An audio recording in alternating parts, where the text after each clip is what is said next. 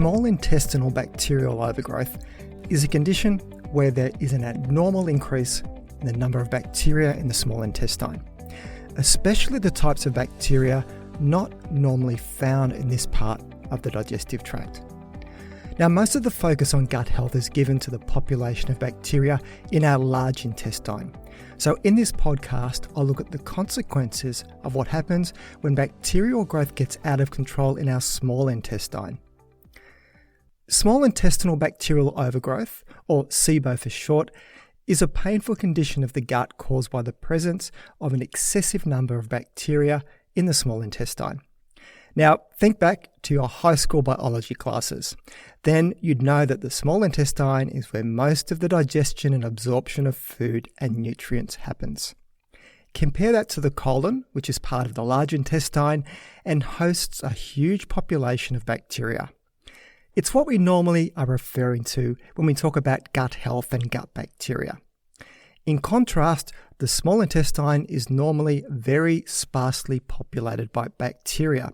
It has about 100-fold fewer bacteria in it compared to the colon. But that can change. Bacterial overgrowth can happen when bacteria translocate from the large intestine up into the small intestine, or it can also happen naturally when bacteria in the small intestine grow out of control. SIBO has been shown to negatively affect both the structure and function of the small intestine and can significantly interfere with the digestion and absorption of nutrients, primarily by damaging the cells lining the intestines. There are plenty of potential culprits for causing SIBO. Factors that can increase your risk of developing SIBO include having low levels of stomach acid, such as seen with H. pylori infection, or as is commonly seen with aging. The reason is that an acidic environment can help keep bacterial growth in check. Also, using medications that reduce stomach acid production, including proton pump inhibitors, will also increase the risk of SIBO.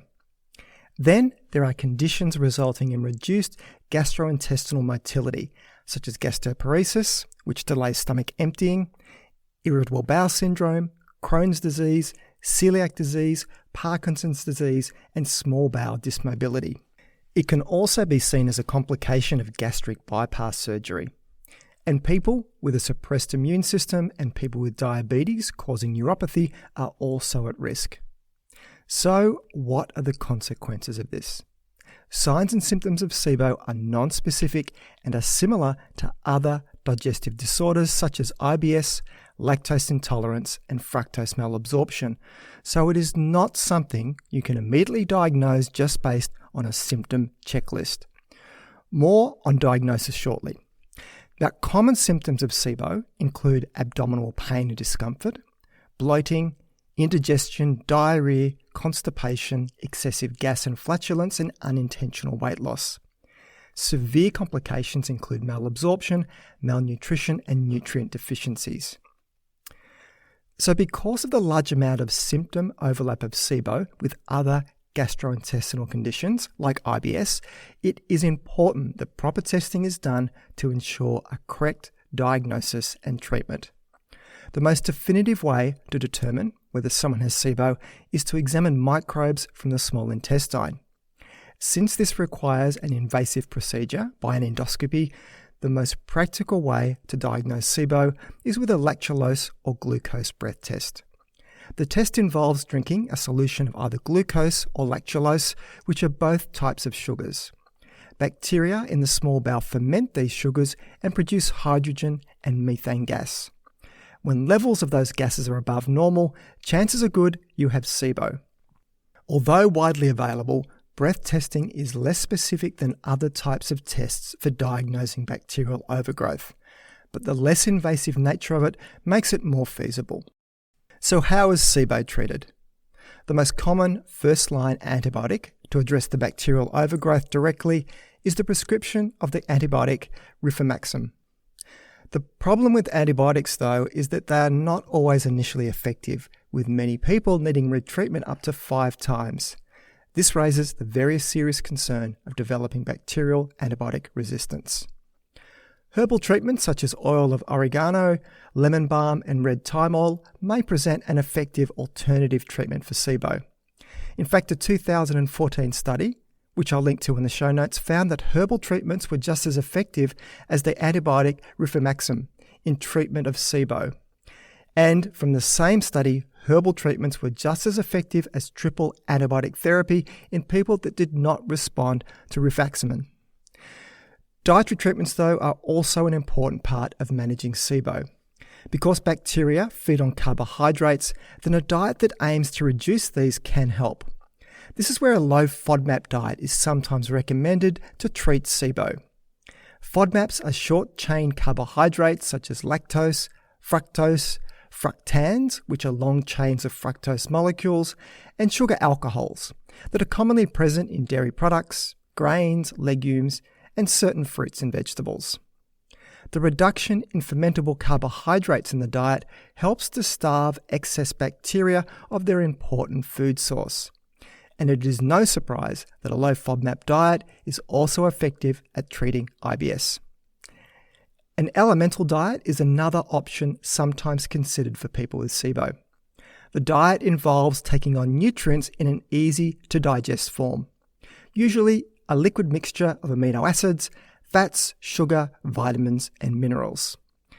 The easier and quicker digestion and absorption of nutrients mean there is less available for bacteria to feed off.